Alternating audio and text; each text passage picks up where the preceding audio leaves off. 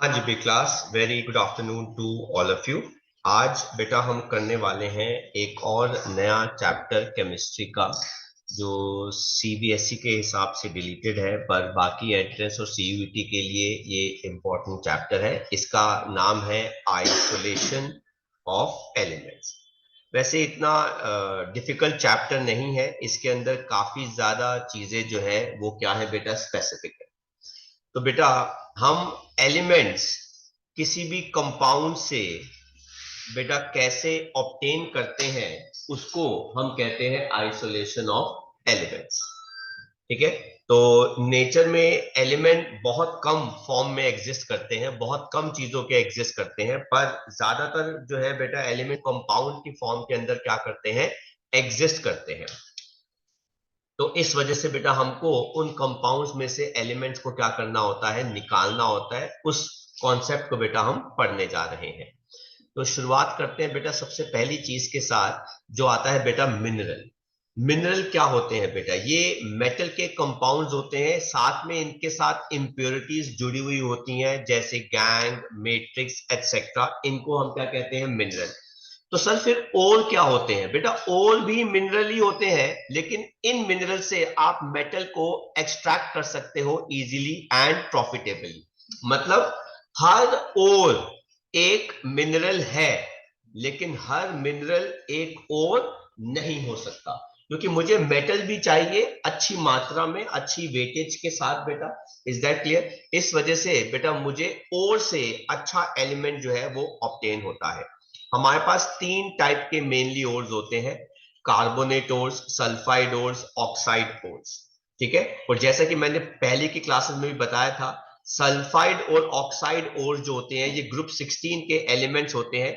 इसलिए ग्रुप 16 को हम क्या कहते हैं बेटा, चैल्कोजेंस कहते हैं बेटा, है ना।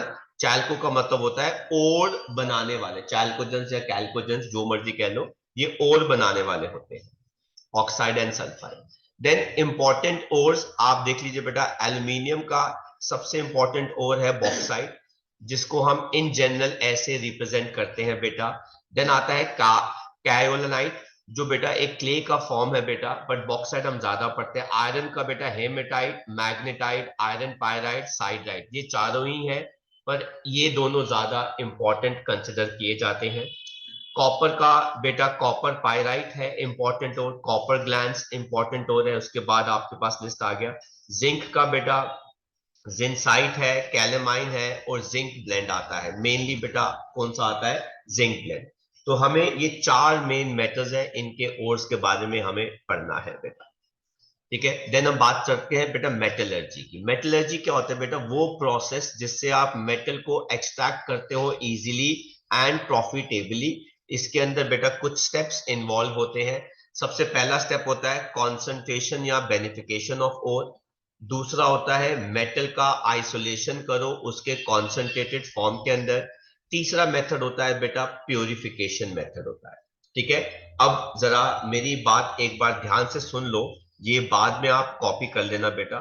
और से आप बेटा क्या ऑब्टेन करते हो, मेटल कंपाउंड। ठीक है। तो बेटा इस ओर से अगर आप मेटल कंपाउंड ऑब्टेन करते हो, तो बेटा आपको इसमें से सबसे पहले क्या करना पड़ता है बेटा, कॉन्सेंट्रेशन करनी पड़ती है। मतलब हमें क्या रिमूव करना पड़ता है, रिमूव ऑफ अर्दी इंप्योरिटीज। तो आप अर्दी इंप्योरिटीज रिमूव कराते हो, उस मेथड को हम क्या कहते हैं बेटा, कॉन्सेंट्रेशन ऑफ ओर कहते हैं। अब ये जो मेटल कंपाउंड है बेटा, अगर ये हुआ बाय चांस सल्फाइड, या फिर कौन सा फॉर्म हो गया, कार्बोनेट, तो बेटा आपको सेकंड स्टेप करना होता है। सेकंड स्टेप को बेटा हम क्या कहते हैं, आइसोलेशन। ठीक है। और इस आइसोलेशन के अंदर जो सबसे पहला स्टेप होता है, वो होता है कन्वर्ट इनटू ऑक्साइड। ठीक है। आपको इस मेटल कंपाउंड को अब बेटा किस में कन्वर्ट करना है, मेटल ऑक्साइड फॉर्म के अंदर कन्वर्ट करना है। कभी कभार क्या होता है, ओर सीधा ऑक्साइड फॉर्म में ही हमें मिलता है, लेकिन अगर वो ऑक्साइड फॉर्म में नहीं है तो फिर वो किस फॉर्म में होगा, सल्फाइड एंड कार्बोनेट। और सल्फाइड एंड कार्बोनेट से बेटा ऑब्टेन करना थोड़ा सा क्या होता है बेटा, मुश्किल होता है। इसलिए बेटा हम क्या करते हैं, इसको ऑक्साइड फॉर्म में कन्वर्ट करते हैं। तो अगर तो सल्फाइड है तो बेटा सल्फाइड के लिए हम क्या करते हैं, रोस्टिंग।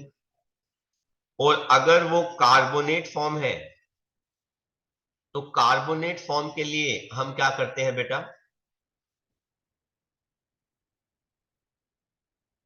कैल्सिनेशन। ठीक है, तो मेथड क्या हो गया, रोस्टिंग, एंड दूसरा क्या हो गया बेटा, कैल्सिनेशन। रोस्टिंग का मतलब बेटा हवा में, एयर में हीट करना। कैल्सिनेशन का मतलब होता है एयर की एब्सेंस में हीट करना।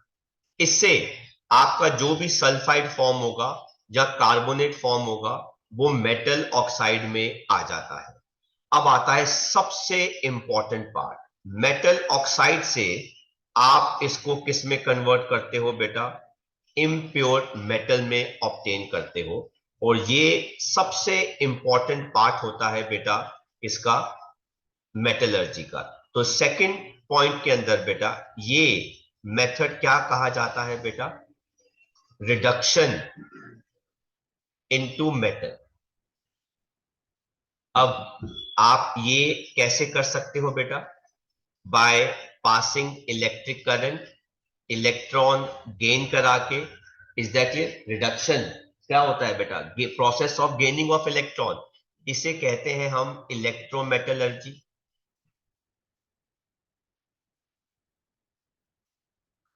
और दूसरा तरीका क्या होता है बेटा, हीट करके। हीट करके मतलब रिमूवल ऑफ ऑक्सीजन, इसको बेटा हम क्या कहते हैं, पायरोमेटलर्जी।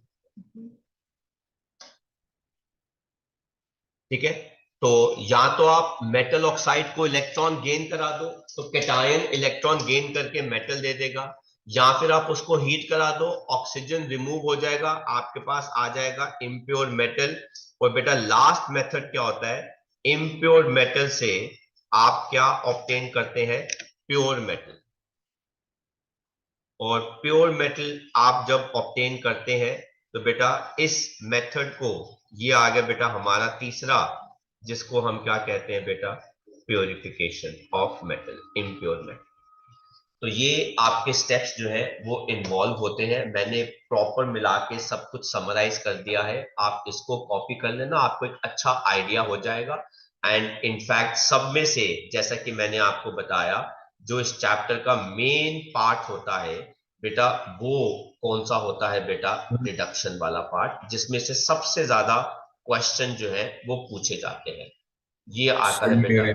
Most important. हाँ जी बेटा। सही, ये वाला पार्ट, रिडक्शन वाला फिर से समझा दो एक बार। मैं बेटा हम डिटेल में करेंगे ना, हम तब से आपको समझाएंगे। अब देखो ना, इन जनरल समझा देता हूँ बेटा। ये देखो मेटल ऑक्साइड है। अब मेटल ऑक्साइड के अंदर मेटल पे चार्ज क्या होगा, कैटायन। तो आप इसको इलेक्ट्रॉन गेन करा दो, तो इलेक्ट्रॉन गेन कराओगे, उसको भी तो रिडक्शन कहते हैं। तो आपके पास क्या आ जाएगा, मेटल। अब आप ये करंट से कर रहे हो, तो अगर आप करंट इस्तेमाल करते हो, इलेक्ट्रॉन गेन कराते हो बेटा, इसको कहते हैं इलेक्ट्रोमेटलर्जी। और दूसरा होता है, मेटल ऑक्साइड से आप ऑक्सीजन रिमूव करा दो, तो ये क्या हो गया, loss of oxygen. Loss of oxygen को भी तो हम क्या कहते हैं, रिडक्शन। ये हम किससे करते हैं बेटा, हीट से। इसको कहते हैं पायरोमेटलर्जी। तो पायरो का मतलब ही क्या होता है बेटा, हीट। तो जो आप ओके। एक्सट्रैक्शन करोगे उसमें हीट इन्वॉल्व होता है। समझ में आया बेटा ये पार्ट? यस। हम्म।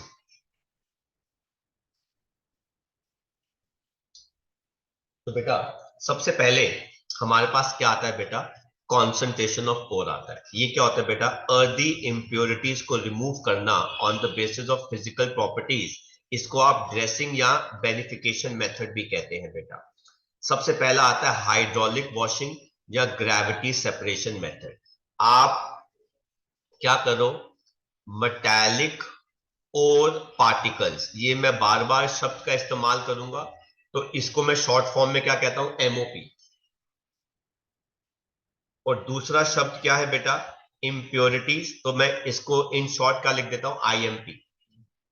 आप मेटालिक और पार्टिकल्स ले लो और इनको पीस दो, पीस के किसमें कन्वर्ट कर दो बेटा, पाउडर फॉर्म में कन्वर्ट कर दो, और तेज पानी की बौछार इनके ऊपर फेंक दो, तो पानी के साथ इंप्योरिटीज हल्की होती हैं, बह जाती हैं। मेटालिक और पार्टिकल्स हैवी होते हैं और पानी के साथ गीले होके और भी हैवी हो जाते हैं, तो वो पानी के साथ नहीं बहते, है ना। तो ये ग्रेविटी डिफरेंस के ऊपर होता है बेटा, ओर एंड गैंग। ओर की ग्रेविटी ज्यादा होती है, इसलिए वो बेटा बहता नहीं है। कहते हैं इसके अंदर एक अपवर्ड स्ट्रीम पानी की हम फेंकते हैं, जिसकी वजह से बेटा हल्की इंप्योरिटीज जो होती हैं वो साफ हो जाती हैं, लीविंग बिहाइंड वेट मेटालिक और पार्टिकल्स। और बेटा इसका एग्जाम्पल कौन होता है बेटा, हेमेटाइट। आप ऐसे कर सकते हैं, तो हेमेटाइट को आप ऐसे कॉन्सेंट्रेट कर सकते हैं, है ना। जी, गैंग क्या होता है? गैंग बेटा अर्दी इंप्योरिटीज, छोटे छोटे मड, ग्रेवल्स, सैंड, इनके पार्टिकल्स को बेटा क्या कहते हैं, गैंग। मैट्रिक्स और गैंग बेटा इसी को ही कहते हैं, ओके। ठीक है। अच्छा, अब आप ये देख लो बेटा, है ना, ऊपर से हम यहां से धीरे धीरे करके बौछार मतलब पार्टिकल्स को गिरा रहे हैं, जहां पे बेटा पानी की बौछार आ रही है, तो जो हैवी हैवी पार्टिकल्स है वो ऑब्स्टेकल में फंस जाते हैं, इंप्योरिटीज हल्की हल्की होती हैं, तो वो पानी के साथ बह जाती है, तो हमारा ओर साफ हो जाता है। देन आता है मैग्नेटिक सेपरेशन। ये उनके लिए किया जाता है जिनके ओर पार्टिकल्स या इंप्योरिटी दोनों में से कोई एक बेटा नेचर में मैग्नेटिक होनी चाहिए। तो बेस्ट बेटा इसके लिए कौन सूट होता है, मैग्नेटाइट। मैग्नेटाइट के अंदर बेटा ओर पार्टिकल्स मैग्नेटिक होती हैं बेटा, इंप्योरिटीज जो होती हैं इसके अंदर वो क्या होती हैं, नॉन मैग्नेटिक। कहता है हम इसके अंदर क्या करते हैं बेटा, हुपर होता है, HOOPER, ऊपर से क्रस्ट पाउडर्ड ओर, क्रस्ट पाउडर्ड ओर के पार्टिकल्स नीचे आते हैं। ये दो रोलर है, ये वाला रोलर बेटा नॉन मैग्नेटिक होता है, ये वाला रोलर जो होता है वो नेचर में क्या होता है, मैग्नेटिक, चुंबकीय होता है। तो बेटा और पार्टिकल इसके साथ चिपक जाते हैं, चिपकते रहते हैं, चिपकते रहते हैं, चिपकते रहते हैं, कन्वेयर्स बेल्ट के फोर्स की वजह से एक हीप यहां बन जाती है, जो नेचर में क्या होती है, मैग्नेटिक। दूसरी बेटा यहां बन जाती है, ये नेचर में क्या होती है, मैग्नेटिक। सारी इंप्योरिटीज इधर इकट्ठी हो जाती है, इसे कहते हैं मैग्नेटिक सेपरेशन मेथड, है ना। तो ये हमारा क्वेश्चन आ जाता है, which concentrated ore separated by this method, magnetite. जितने भी ज्यादातर आयरन के ओर्स हैं क्योंकि वो नेचर में चिपकते हैं, उनको आप कर सकते हो, haematite, magnetite, siderite, iron pyrite, सारे के सारे नेचर में क्या है, मैग्नेटिक है, इनको आप कर सकते हो आयरन के ओर। देन आता है बेटा फ्रॉथ फ्लोटेशन मेथड। ये काफी इंपॉर्टेंट होता है, और ये वाला जो मेथड है ये सिर्फ किसके लिए होता है बेटा, कोई भी सल्फाइड ओर ले लो आप। Is that clear. हम क्या करते हैं बेटा, ऑल सल्फाइड ओर्स एक ही बार ले लेते हैं, है ना। आयरन का भी सल्फाइड ओर ले लो, आयरन पायराइड भी ले लो, कॉपर पायराइड भी ले लो, जिंक का भी ले लो, ठीक है। सारे सल्फाइड ओर इकट्ठे लेके कंटेनर में डाल दो, ठीक है। इस कंटेनर के अंदर बेटा हम क्या क्या डालते हैं, पानी, पानी के साथ बेटा हम क्या डालते हैं, पाइन ऑयल या फैटी एसिड्स। अब इससे होता क्या है कि इंप्योरिटीज पानी के साथ गीली होकर हैवी बन जाती हैं और कंटेनर में नीचे सेटल डाउन हो जाती है, क्योंकि इंप्योरिटीज पानी के साथ गीली होके बेटा वो हैवी हो जाती है, नीचे सेटल डाउन हो जाती है। फिर हम इसके अंदर कंप्रेस्ड एयर ब्लो करते हैं, उस एयर से पाइन ऑयल और फैटी एसिड्स बेटा क्या बनाते हैं, झाग, और उस झाग से कौन जुड़ जाता है, सल्फाइड और पार्टिकल, क्योंकि ये नेचर में बहुत ही लाइट होता है, हल्का होता है, तो बेटा ये झाग के साथ ऊपर ऊपर आने लग जाता है, सल्फाइड और पार्टिकल। अब आप इस झाग को अलग कर दो, पानी की बौछार से साफ कर दो, तो मेरे पास सल्फाइड और पार्टिकल्स आ जाते हैं, इंप्योरिटीज कंटेनर में नीचे रहते हैं। तो तो फ्रॉथ झाग होता है। हाँ जी बेटा, फ्रॉथ को हम क्या कहते हैं, झाग कहते हैं बेटा। ठीक है, उसके साथ चिपक जाते हैं बेटा। ये कहते हैं सल्फाइड और पार्टिकल्स गीले हो जाते हैं ऑयल, और गैंग जो होती है वो पानी के साथ गीली हो जाती है। जब आप चर्न करते हो तो फ्रॉथ बनती है, जिसके साथ सल्फाइड और पार्टिकल्स राइज कर जाते हैं, जिसको आप आराम से रिमूव कर सकते हैं। लेकिन जो इम्प्योरिटी होती है वो हैवी होके नीचे सेटल डाउन हो जाती है। फ्रॉथ को आप हटाओ और पानी के साथ वॉश कर दो, झाग चली जाएगी। अब देखो बेटा, मैंने क्या बोला था, सारे सल्फाइड और पार्टिकल्स ऐड कर देते हैं, तो यहां से बेटा एक बड़ा अच्छा क्वेश्चन बनता है। हम ना क्या करते हैं, जिंक सल्फाइड और लेड सल्फाइड, पीबीएस, गैलीना और जेडएनएस, इन दोनों को बेटा एक ही बार डाल देते हैं। तो सर फिर हम इनको बाद में अलग कैसे करेंगे? कहते हैं इन दोनों को हम सेपरेट करते हैं, इधर कैसे, adjust the ratio of oil और पानी, जो इतना इंपॉर्टेंट नहीं है, या using NaCN as a depressant. मतलब ZNS और PBS, PBS को हम कहते हैं बेटा गैलीना। Is that clear? और ठीक है, ये हो गया हमारा जिंक का ओर। अब बेटा दोनों ही सल्फाइड ओर है, दोनों को मैंने इकट्ठे डाल दिया, और इकट्ठे डालने के बाद मैंने इसके अंदर क्या डाल दिया बेटा, NaCN एज अ डिप्रेसेंट। इसका काम क्या होता है, ये जिंक सल्फाइड के साथ एक कॉम्प्लेक्स बना लेता है, जिसकी वजह से झाग के साथ ZNS राइज नहीं करता, सिर्फ गैलीना सल्फाइड और राइज करता है। तो मतलब इंप्योरिटी नीचे सेटल डाउन हो गई, NaCN ने जिंक सल्फाइड को झाग के साथ राइज करने में रोक लिया, और पहली बार में PBS बाहर आ गया। दूसरी बार में मैं NaCN को हटा दूंगा, वो फिर दोबारा झाग डालूंगा, झाग बनवाऊंगा, अब जिंक सल्फाइड राइज करके बाहर आ जाएगा। तो एक एक करके सारे सल्फाइड और हम ऐसे बेटा बाहर कर लेते हैं। तो बेटा ये बड़ा अच्छा क्वेश्चन है, और ये बहुत बार पूछा जाता है कि what is the role of depressant froth flotation के अंदर। डिप्रेसेंट लाइक NaCl हम इस्तेमाल करते हैं, जो ZNS को झाग के साथ, फ्रॉथ के साथ राइज करने नहीं देता, क्योंकि एक कॉम्प्लेक्स बना लेता है, बल्कि PBS को वो राइज करने देता है। देन आता है बेटा लीचिंग। ये उन ओर्स के लिए यूज किया जाता है जो कुछ ऑर्गेनिक सॉल्वेंट्स में सॉल्युबल होते हैं, लेकिन उनकी इंप्योरिटीज जो होती हैं वो इनसॉल्युबल होती है, तो आप फिल्ट्रेशन से उनको अलग कर सकते हो। जैसे एल्यूमिना को ऑब्टेन करना बॉक्साइट से। अच्छा बेटा, बॉक्साइट क्या होता है बेटा, AlOH होल थ्राइस, है ना। ये देखो बेटा Al2O, ये बेटा कौन हो गया, बॉक्साइट हो गया। ठीक है, आप बॉक्साइट को किसके साथ रिएक्ट करा रहे हो, NaOH के साथ। एक्चुअली में बॉक्साइट जो है वो नेचर में एम्फोटेरिक होता है, तो ये एसिडिक भी है, बेसिक भी है। मैं इसको बेस के साथ रिएक्ट कराता हूं, तो ये पानी और क्या बना लेता है, सॉल्ट। इसका नाम होता है सोडियम एल्यूमिनेट। और बेटा इसी स्टेप में इंप्योरिटीज को फिल्टर कर दो और अलग कर देते हैं, पहले केस के अंदर।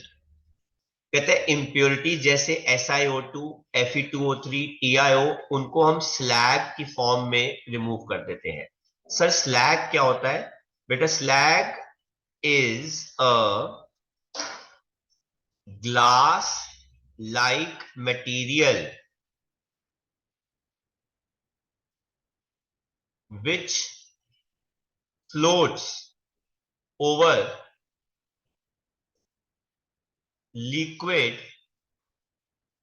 metal और मेटल कंपाउंड।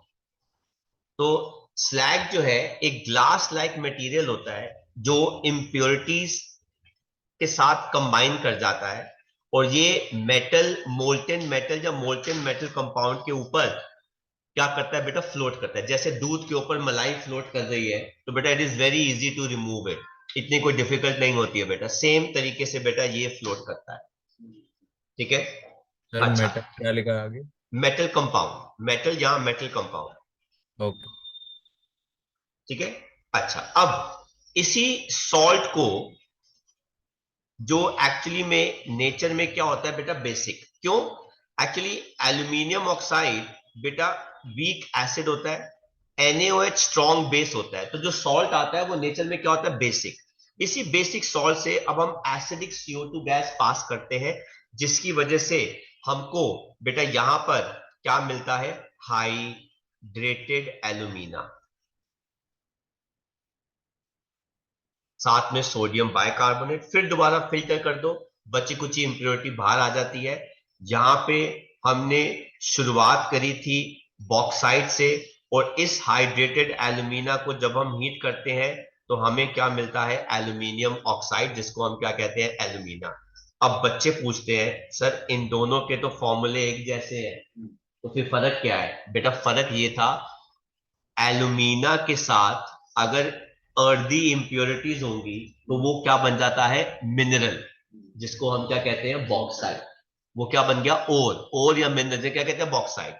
लेकिन अगर आप इस उस बॉक्साइट में से इंप्योरिटी हटा दो तो बेटा हमें क्या मिल जाता है, एल्यूमिना मिल जाता है। तो दोनों में इंप्योरिटीज की प्रेजेंस और एब्सेंस का फर्क होता है। ऐसे ही सिल्वर और गोल्ड को भी आप उनकी इंप्योरिटी से एक ही स्टेप में अटेन कर सकते हो। कैसे? NaCN या KCN का इस्तेमाल करके। ये देखो बेटा, मेरे पास ये है इम्प्योर गोल्ड या सिल्वर, उसको मैं NaCN या KCN के साथ रिएक्ट कराऊंगा तो बेटा ये इम्प्योर गोल्ड बेटा क्या बना लेता है, एक कॉम्प्लेक्स बना लेता है। ठीक है, सिल्वर हो चाहे गोल्ड हो, कोई भी है, ये कॉम्प्लेक्स बना लेता है। जब बेटा इम्प्योर मेटल कॉम्प्लेक्स बनाएगा तो वो इम्प्योरिटी पीछे ही छोड़ देगा। अब मैं इसी कॉम्प्लेक्स को एक मोर रिएक्टिव मेटल के साथ रिएक्ट करूंगा तो ये मेटल इसको डिस्प्लेस कर देगा और सारी इंप्योरिटी पीछे रह गई, प्योर गोल्ड या सिल्वर मेरे पास अटेन हो गया। क्योंकि जिंक बीइंग मोर रिएक्टिव तो वो सिल्वर और गोल्ड को बेटा क्या कर देता है, डिस्प्लेस कर देता है ना।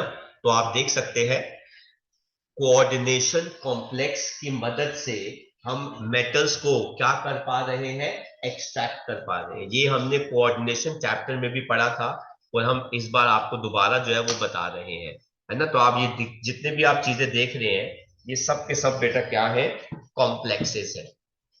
Is that clear? जो बेटा डिस्प्लेसमेंट रिएक्शन कैरी करके बेटा क्या बना रहे हैं, मेटल एक्सट्रैक्शन में हेल्प कर रहे हैं, सपोर्ट कर रहे हैं। ठीक है, देन बेटा कहते हैं how can you separate alumina. तो ऊपर बेटा पूरा का पूरा जो है इसकी वर्किंग जो है वो दे रखी है। फिर हम बात करते हैं सिग्निफिकेंस क्या होता है लीचिंग का। लीचिंग से बेटा क्या होता है, जितनी भी इंप्योरिटीज होती हैं बॉक्साइट और में, सब की सब जो है फिल्ट्रेशन से हम अलग कर देते हैं। देन अब आ गया बेटा दूसरा step, extraction of crude metal from concentrated ore. कहता है अगर आपके पास ऑक्साइड फॉर्म है उससे मेटल ऑब्टेन करना इजी होता है, लेकिन अगर आपके पास कार्बोनेट या सल्फाइड फॉर्म है तो उससे इतना इजी नहीं होता टेक्निकली।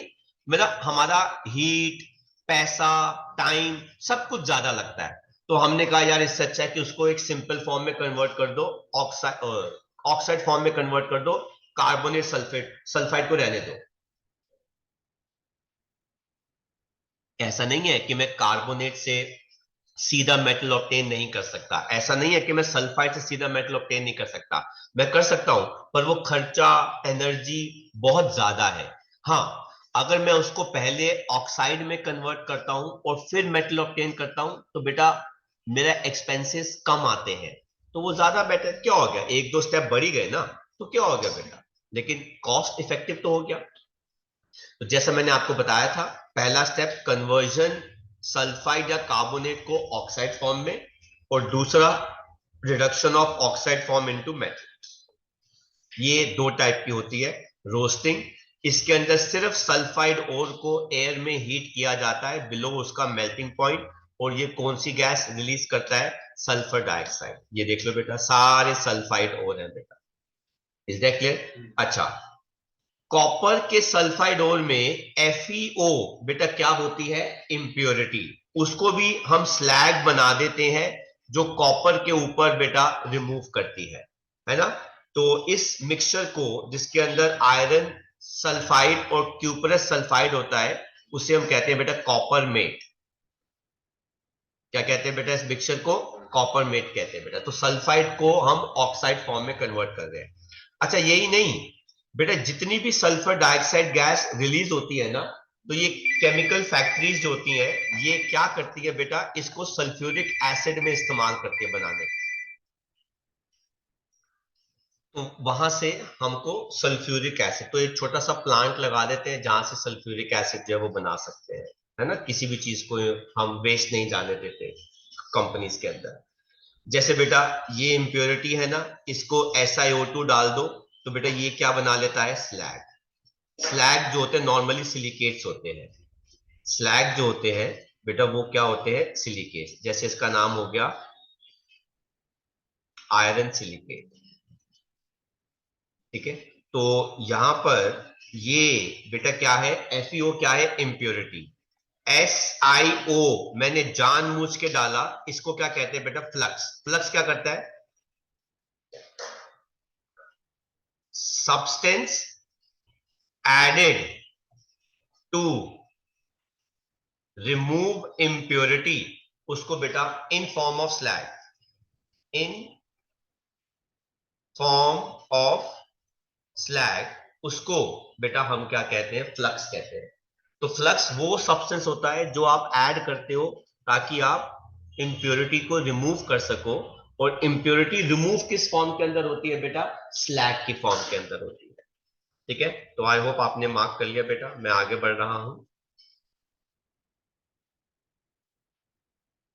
कहते हैं SO2 जो रिलीज होती है, it is use to make sulphuric acid, जो मैं आपको बता चुका हूं बेटा, ठीक है।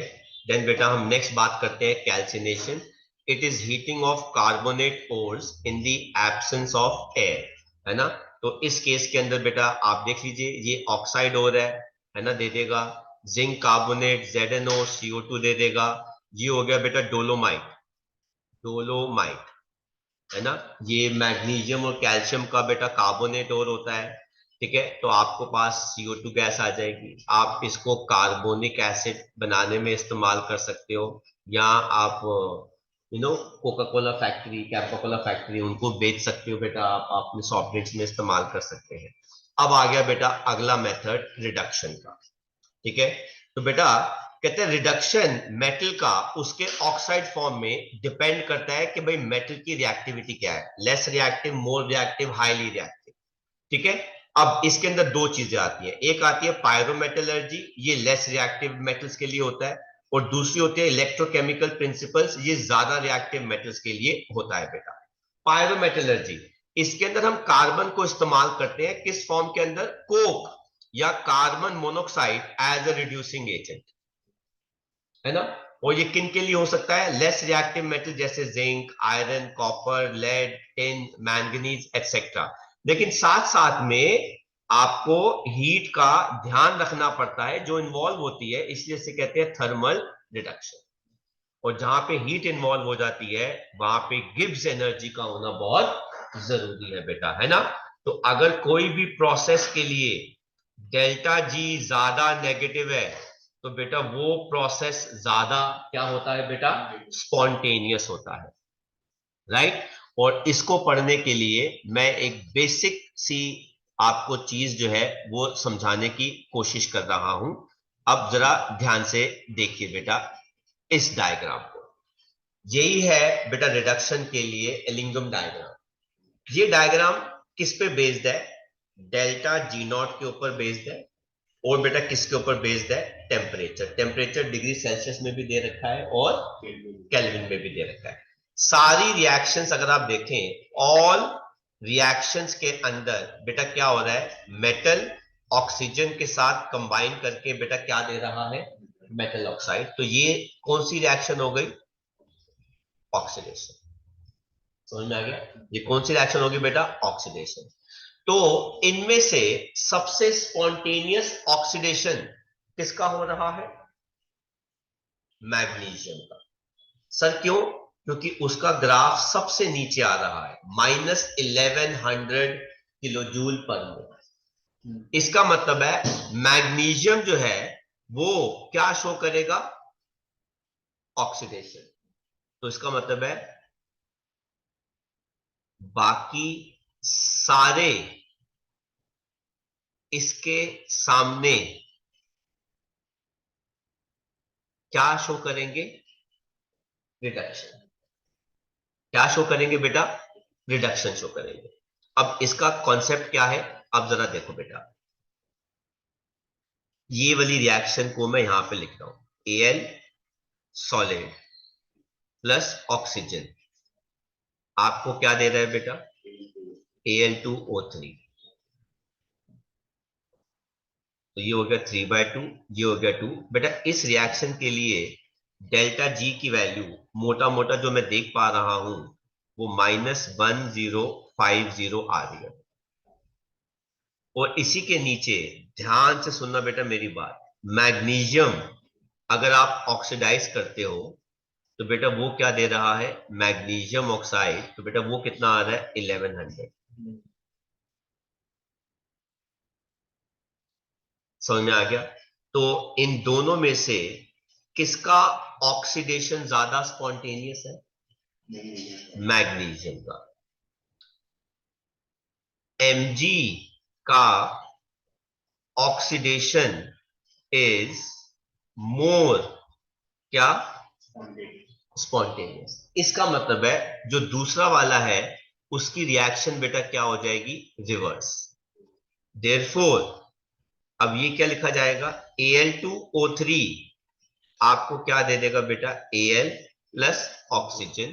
जब आप इन दोनों को बेटा क्या कर दोगे, ऐड, आपके पास फाइनल इक्वेशन जो है वो आ जाती है, जिसको हम क्या लिखेंगे बेटा, magnesium plus Al2O3 gives MgO, साथ में क्या हो गया, Al। अब आप ध्यान से देखो, मैग्नीशियम बेटा किस में बदल रहा है, ऑक्सीजन के अंदर, ऑक्सीजन ऐड हो रहा है, इसे कहते हैं ऑक्सीडेशन।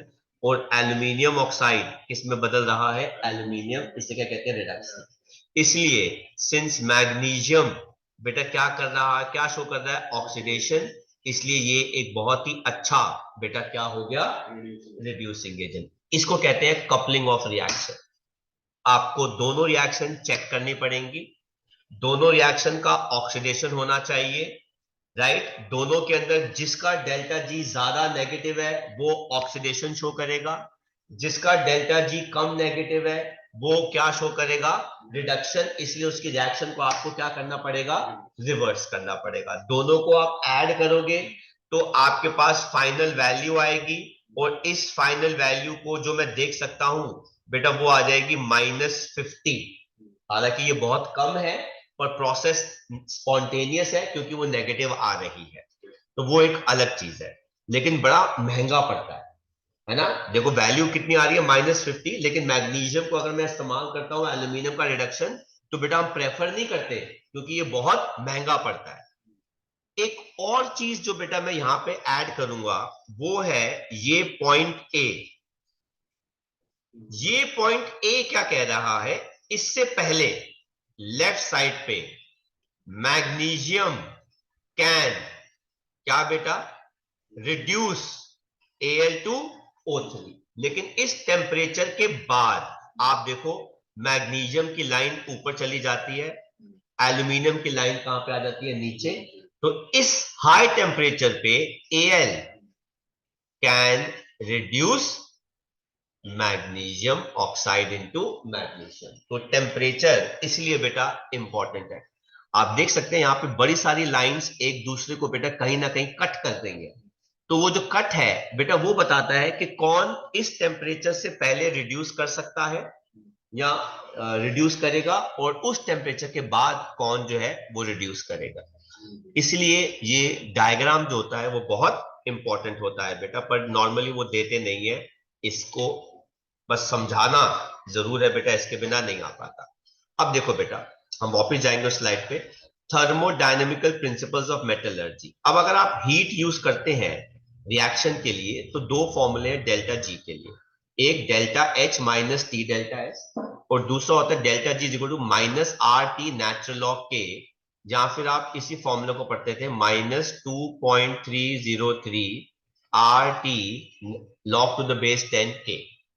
कहते हैं अगर किसी के लिए डेल्टा जी नेगेटिव है, इसका मतलब है उसका इक्वी कांस्टेंट बेटा क्या होगा, पॉजिटिव, तो रिएक्शन आगे भागेगी। कहते हैं डेल्टा जी नेगेटिव तभी आता है अगर एंट्रोपी चेंज क्या हो, पॉजिटिव, मतलब डिसऑर्डर बढ़े और इंक्रीज करने पर टेम्परेचर, तभी बेटा क्या होता है, टी डेल्टा एस की वैल्यू ज्यादा आती है, जिसकी वजह से डेल्टा जी क्या आता है बेटा, नेगेटिव। कहता है अगर रिएक्टेंट्स एंड प्रोडक्ट दो डिफरेंट रिएक्शंस को इकट्ठा लेते हैं तो उनका ओवरऑल डेल्टा जी नेगेटिव अगर आता है, उसे कहते हैं कपलिंग रिएक्शन, तो ही आप आगे बढ़ना, अदरवाइज नहीं बढ़ना।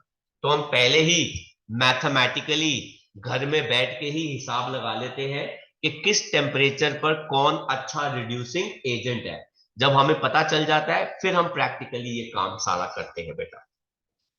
रोल रिड्यूसिंग एजेंट का ये होता है कि वो सम ऑफ डेल्टा जी नॉट दो रिएक्शंस का बेटा क्या बना दे, हाईली नेगेटिव बना दे। तो एक ऑक्सीडाइज करेगा, जो ऑक्सीडाइज करता है वो रिड्यूसिंग एजेंट बन जाता है। This is the concept of thermodynamical principle of metallurgy based on heat. ठीक है, आगे पढ़ते हैं बेटा। कहते हैं जो टेम्परेचर आप चूज करोगे ऐसा करना कि उसके अंदर सम ऑफ डेल्टा जी नॉट जो है दोनों रिडॉक्स रिएक्शन का क्या होना चाहिए, नेगेटिव एट हाई टेम्परेचर, जिस वजह से रिएक्शन जो है वो फेवर करती है। इसका मतलब है मेटल्स जिनके डेल्टा जी नॉट की वैल्यू ज्यादा नेगेटिव है वो दूसरे मेटल्स को उनके ऑक्साइड फॉर्म से रिड्यूस कर सकते हैं। Any metal can reduce other metal which lie above the graph, मैंने ये लाइन तभी ऐड करी है, given below, because energy change overall becomes ज्यादा नेगेटिव, ग्रेटर द डिफरेंस उन दोनों की एनर्जी का उतना आसान होता है मेटल ऑक्साइड का रिड्यूस होना। एप्लीकेशन, इसी को देखते हुए हम आयरन को उसके ऑक्साइड से बेटा रिड्यूस करते हैं। जब हम आयरन के ओर का कैल्सिनेशन या रोस्टिंग कर लेते हैं तो हमारे पास आयरन के ऑक्साइड आते हैं, एक होता है FeO, एक होता है Fe2O3, एक होता है Fe3O4। देखो कितने सारे अलग अलग ऑक्साइड्स हैं, सबको एक एक करके हम ब्लास्ट फर्नेस में ऊपर से ऐड करते हैं। उसके अलावा हम लाइमस्टोन और coke as a reducing agent को ऐड करते हैं जो इन तीनों को बेटा क्या कर सके, रिड्यूस कर सके, है ना। तो सबसे पहले कोक FeO को रिड्यूस करके पिघला हुआ आयरन दे सकता है। इसके अलावा FeO बेटा खुद भी हीट होके आयरन दे देगा सॉलिड ऑक्सीजन में। ये ऑक्सीजन गैस कोक के साथ रिएक्ट करेगी तो कार्बन मोनोऑक्साइड देगी। कार्बन मोनोऑक्साइड भी बेटा रिड्यूस कर सकता है। ये देखो बेटा, ब्लास्ट फर्नेस के ऊपर से हम क्या क्या डालते हैं बेटा, क्रस्ट पाउडर्ड ओर, हम डालते हैं कोक, हम डालते हैं लाइमस्टोन, और नीचे से बेटा हम गरम गरम एयर ब्लो करते हैं। अब नीचे से गरम गरम एयर ब्लो करते हैं इसलिए बेटा नीचे का टेम्परेचर सबसे ज्यादा होता है।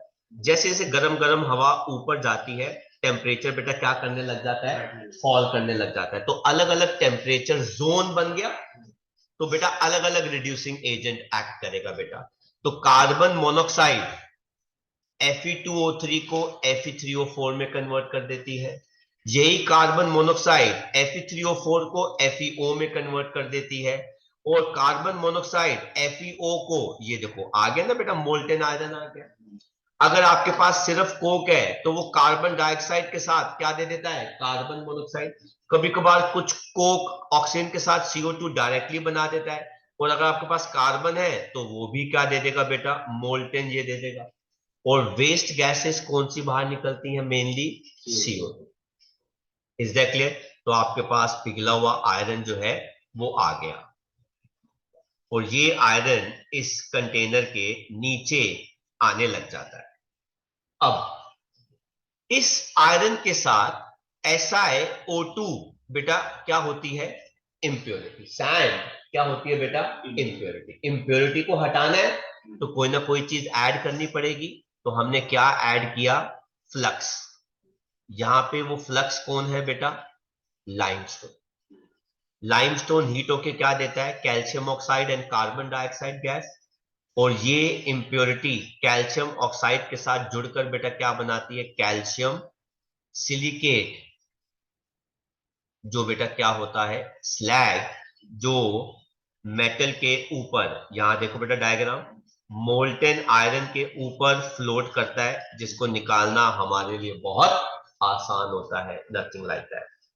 तो अलग अलग टेम्परेचर जोन पे अलग अलग रिएक्शंस जो है वो होती है बेटा,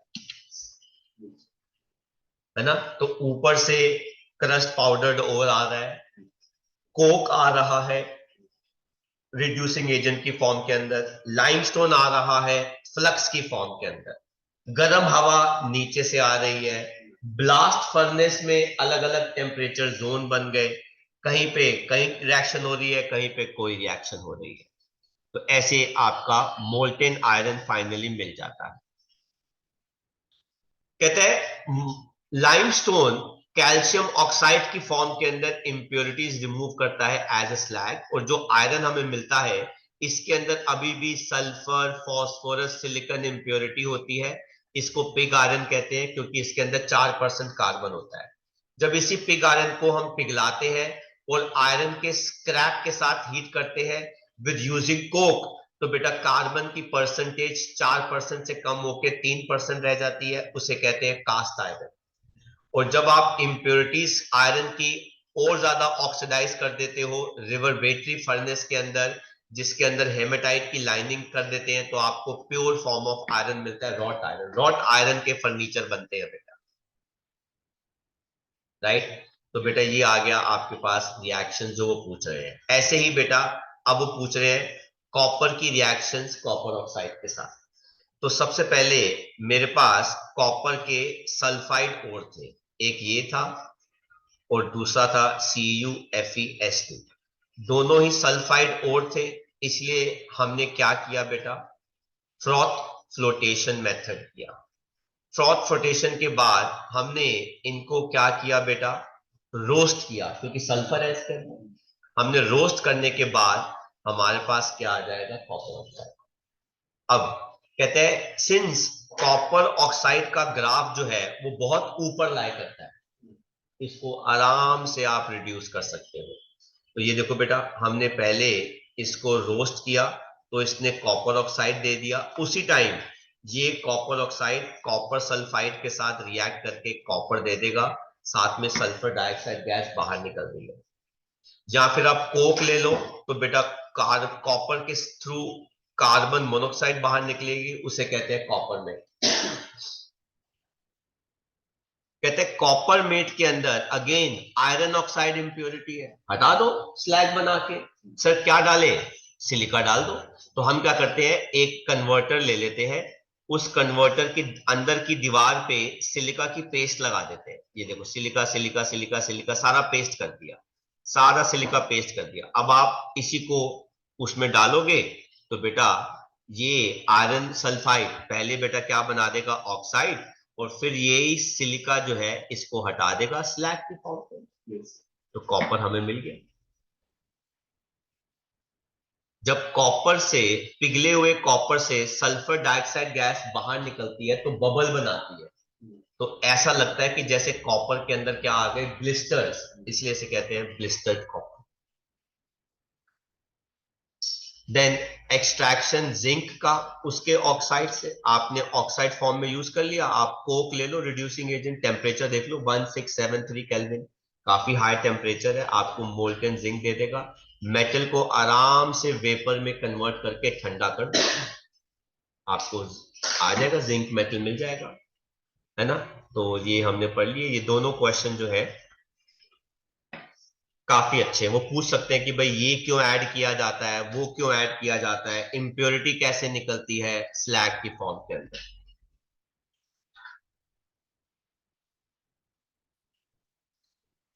तो कह रहा है कि कोक और कार्बन मोनोऑक्साइड में कौन सा ज्यादा अच्छा रिड्यूसिंग एजेंट है? जिंक ऑक्साइड में। सब टेम्परेचर डिपेंड करता है। अगर आप रिएक्शन 1673 पे कर रहे हैं तो Coke is a good reducing agent, और अगर आपका टेम्परेचर जो है वो इससे कम है बेटा, तो आप किसी और को रिड्यूसिंग एजेंट के फॉर्म के अंदर यूज कर सकते हैं।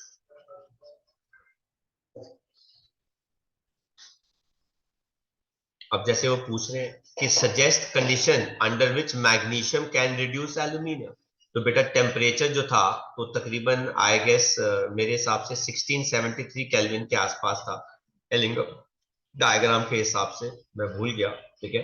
उससे पहले MG can do so.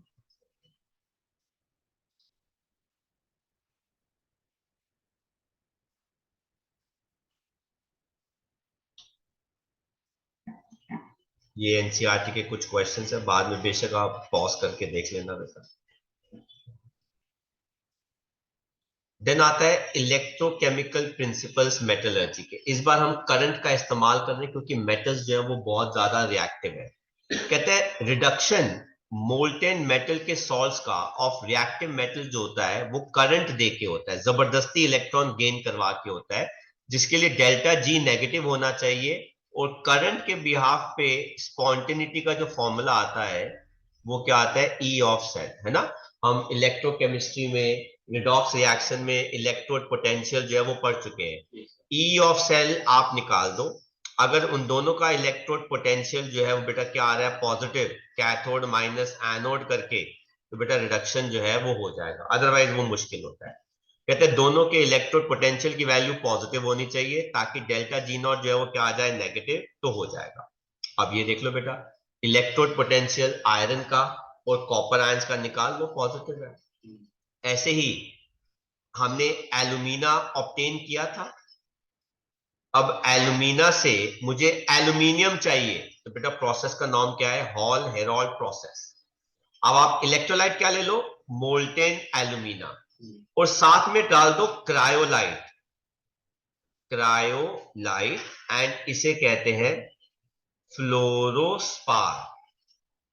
Sir ये दोनों क्यों डालते हैं, क्योंकि बेटा इनसे, वेरी नाइस बेटा, वन मार्कर, एल्यूमिना की करंट कैरी करने की क्षमता बढ़ जाती है और उसका मेल्टिंग पॉइंट पहले से क्या हो जाता है, कम हो जाता है।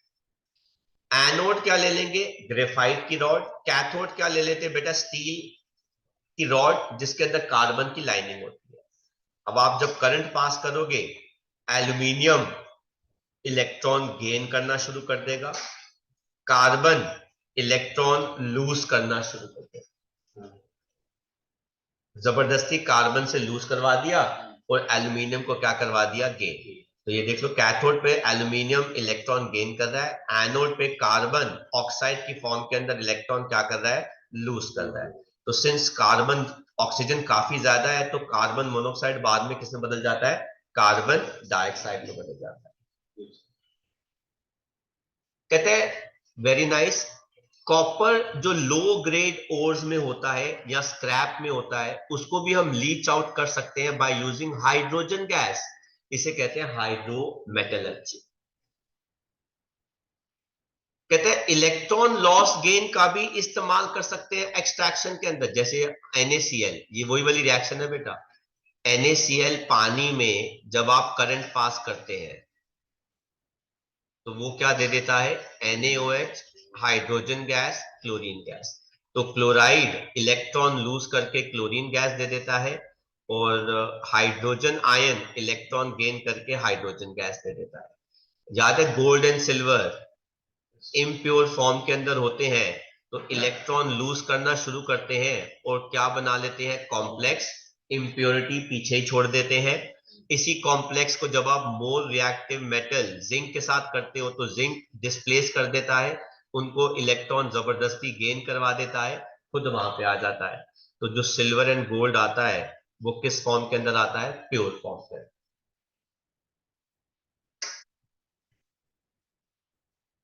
समझ में आया? ये अच्छा क्वेश्चन है।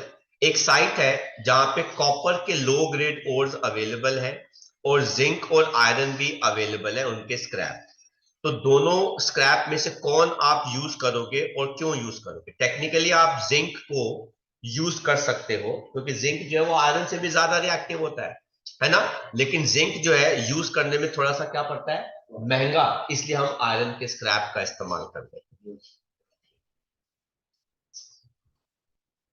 देन आता है बेटा लास्ट टॉपिक, जो क्या होता है बेटा, रिफाइनिंग। अब हम बेटा क्या कर चुके हैं, हम अपना ओर को इम्प्योर मेटल में कन्वर्ट कर चुके हैं। अब हमें इसको प्योर मेटल में कन्वर्ट करना है। तो कैसे कन्वर्ट कर सकते हैं, कहते हैं जो मेटल अभी हमें मिला है वो अभी भी प्योर नहीं है, उसकी एक्सट्रैक्शन में थोड़ी सी इंप्योरिटीज अभी भी बाकी होती है, इसलिए हमें ये करना होता है। सबसे पहला मेथड आता है बेटा डिस्टिलेशन। ये इनके लिए किया जाता है जिनके मेटल का बॉइलिंग पॉइंट जो है बेटा वो कम होता है एज कंपेयर टू उनकी इंप्योरिटीज। कहते हैं जिंक, कैडमियम, मर्करी। कहते हैं इम्प्योर मेटल को हम इवेपोरेट करते हैं आराम से, ताकि प्योर मेटल के वेपर्स को बाद में ठंडा कर दें, इम्प्योरिटी कंटेनर में ही रह जाती है। लिक्विफिकेशन, ये उनके लिए किया जाता है जिनका मेल्टिंग पॉइंट मेटल का बेटा कम होता है एज कंपेयर टू इम्प्योरिटी। तो metals with low melting point, तो आप क्या करोगे, टेम्परेचर मेंटेन करोगे जो जो मेल्टिंग पॉइंट ऑफ मेटल से थोड़ा सा ज्यादा होना चाहिए, और इम्प्योरिटी से क्या होना चाहिए, कम होना चाहिए।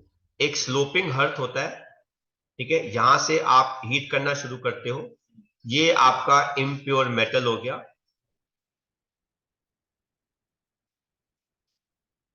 और आपने इसको हीट करना शुरू किया, और धीरे धीरे धीरे धीरे यहां से कौन बाहर आने लग गया, प्योर मेटल बाहर आने लग गया, जैसे लेड, टिन, आप ऐसे कर सकते हो।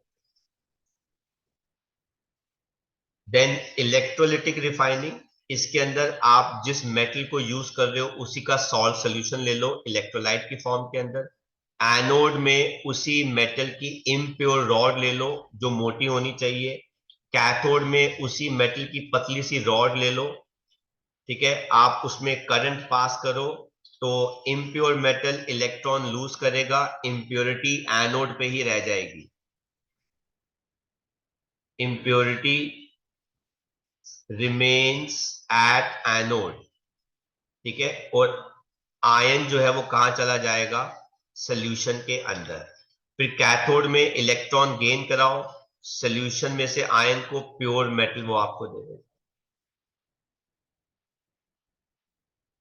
जैसे कॉपर आप रिफाइनिंग कर सकते हो, जिंक की भी इलेक्ट्रोलिटिक रिफाइनिंग कर सकते हो। इसके अंदर आप कॉपर सल्फेट ले लेना, इसके अंदर आप जिंक सल्फेट ले लेना एक्वस फॉर्म के अंदर।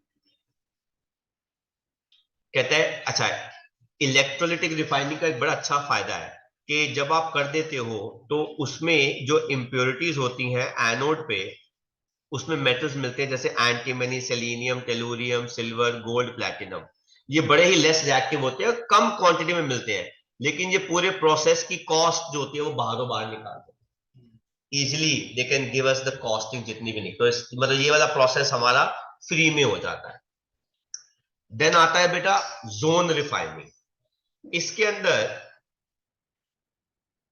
मेल्टिंग पॉइंट मेटल का ज्यादा होना चाहिए, किससे, इंप्योरिटी से, और आप टेम्परेचर जो मेंटेन करोगे वो दोनों से ज्यादा होना चाहिए ताकि दोनों पिघल जाए।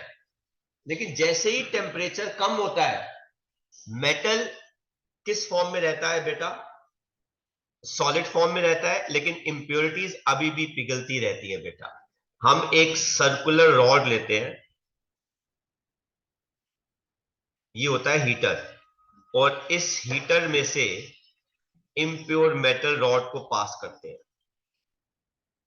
ये क्या होता है बेटा, सर्कुलर हीटर।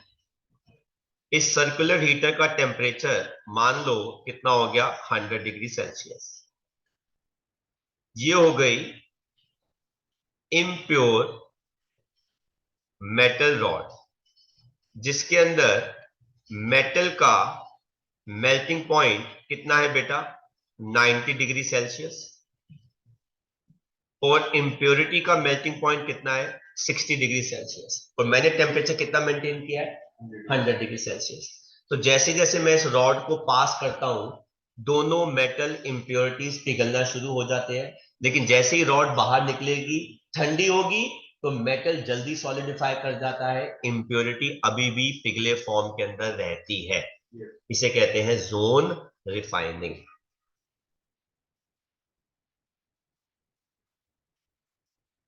कहते हैं germanium, indium, copper, boron, gallium, silicon, ये ज्यादातर जितने भी बेटा सेमीकंडक्टर्स हैं वो इसी से ऑब्टेन होते हैं। अच्छा खासा प्योर मेटल हमें इस मेथड से बेटा मिल जाता है।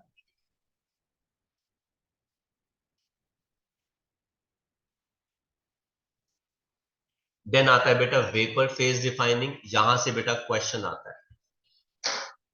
और मॉन्ड प्रोसेस, इसी के दो मेथड है बेटा। कहते हैं इसके अंदर आप इम्प्योर मेटल ले लो, उसको पहले उसके वॉलेटाइल कंपाउंड में बदल दो और उसका थर्मल डिकम्पोजिशन कर दो ताकि वो प्योर मेटल दे। लेकिन इसके अंदर दो चीजें हैं। पहला, ये ध्यान रखना कि जो मेटल है वो वॉलेटाइल कंपाउंड बना सके, और दूसरा वॉलेटाइल कंपाउंड हीट करने पर डिकम्पोज हो सके। जैसे इम्प्योर निकल, कार्बन मोनोक्साइड, ये हो गया ना लाइगेंड, क्या बनाता है बेटा, कॉम्प्लेक्स टेट्रा कार्बोनाइल निकल, ये बेटा किस फॉर्म के अंदर हो गया, गैस फॉर्म में। इसको आप हीट करोगे 450 में, ये ब्रेक करके बेटा क्या दे देता है, प्योर निकल दे देता है। इसे कहते हैं मॉन्स प्रोसेस। दूसरा होता है वैन आर्केल, इसके अंदर आप जर्कोनियम ले सकते हैं या टाइटेनियम ले सकते हैं, उसको आयोडीन के साथ हीट करो तो टेट्रा आयोडो मेटलेट बन जाता है, जो गैस फॉर्म के अंदर आ गया। टंगस्टन फिलामेंट की प्रेजेंस में 1800 केल्विन के अंदर आप इसको थर्मल डिकम्पोज करोगे तो मेटल दे देगा, जो क्या होता है, प्योर। तो ये भी एक अच्छा मेथड होता है। एंड लास्ट हमारा मेथड आता है क्रोमैटोग्राफिक मेथड। ये बेस्ड होता है डिफरेंट कंपोनेंट्स एक मिक्सचर के, जो अलग अलग तरीके से एडजॉर्ब होते हैं, मतलब सरफेस पर चिपकते हैं। कोई ज्यादा चिपकता है, कोई कम चिपक के राइज होता है। कहते हैं मिक्सचर को लिक्विड या गैसियस मीडियम में ले लो और उसको एक एड्सॉर्बेंट के सरफेस से पास करो। ये देखो बेटा, ये लिया मैंने मिक्सचर, और इस मिक्सचर को मैंने एक स्टेशनरी फेस से पास किया। यूजुअली बेटा ये क्या होता है, सिलिका, या ये होती है बेटा एल्यूमिनियम ऑक्साइड की बीड्स होती है, छोटी छोटी ग्लास बीड्स होती है। अब ये लिक्विड इसमें से ट्रैवल करता हुआ आएगा, इधर इधर आएगा, इधर इधर आएगा। अब होता क्या है कि जो ए है ये ज्यादा चिपक रहा है, मतलब ज्यादा एड्सॉर्ब हो रहा है, इसलिए ये क्या मूव करेगा। और जो बी कंपोनेंट है वो क्या हो रहा है, लेस एड्सॉर्ब हो रहा है, तो वो बेटा क्या मूव करेगा। तो पहले मैंने क्या ले लिया, मिक्सचर। अब बेटा ए बी दोनों की एड्सॉर्प्शन क्या है, अलग अलग है। जिसकी एड्सॉर्प्शन कम है वो फास्ट फास्ट मूव करेगा, मैं यहां पे ऑब्टेन कर लूंगा, और बाद में अगला बीकर रख के मैं दूसरे को ऑब्टेन कर लूंगा, है ना। तो ऐसे हम पेपर क्रोमैटोग्राफी भी कर सकते हैं, कॉलम क्रोमैटोग्राफी भी कर सकते हैं, गैस क्रोमैटोग्राफी भी कर सकते हैं, लेकिन पेपर और कॉलम क्रोमैटोग्राफी बहुत चलती है। तो प्रैक्टिकल में तो आप पेपर क्रोमैटोग्राफी जो है वो भी कर सकते हैं। कॉलम क्रोमैटोग्राफी का मैंने टेक्निक आपको यहाँ पे बता दी। कहते हैं इस कॉलम के अंदर आप एक कॉलम लेते हैं जिसके अंदर एक एल्यूमिनियम ऑक्साइड ग्लास ट्यूब में भर देते हैं, जो एक मूविंग मीडियम के लिए एज ए सोल्यूशन या लिक्विड फॉर्म के लिए फेज आ जाता है बेटा। तो यहां पर हमारा चैप्टर खत्म हो जाता है, बट यूजेस एल्यूमिनियम के आ जाते हैं। Aluminium foil for wrapping purpose, aluminium powder linseed के साथ शाइन करता है सिल्वर। देन बेटा aluminium is used in aluminothermy metallurgy के लिए, इसको हम transmission of electrical wires coils को बाइंड करने में काम आते हैं। हाउस होल्ड यूटेंसिल्स भी बनते हैं। इसके दो बड़े फेमस एलॉयज हैं, डुरैलियम और मैग्नेलिन। जो डुरैलियम तो एरोप्लेन में इस्तेमाल होता है, copper is use for electrical cables, electrical appliances, making utensil, steam pipes, kettles, evaporating pan, calorimeter, and बहुत सारे alloys, brass, bronze, German silver में कॉपर इस्तेमाल किया जाता है।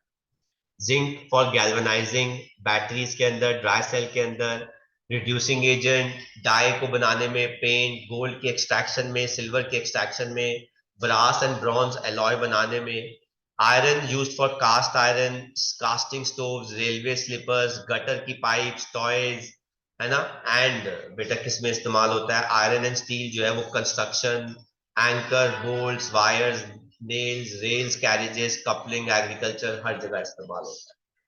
तो यहाँ पे हमारा ये चैप्टर खत्म हो जाता है।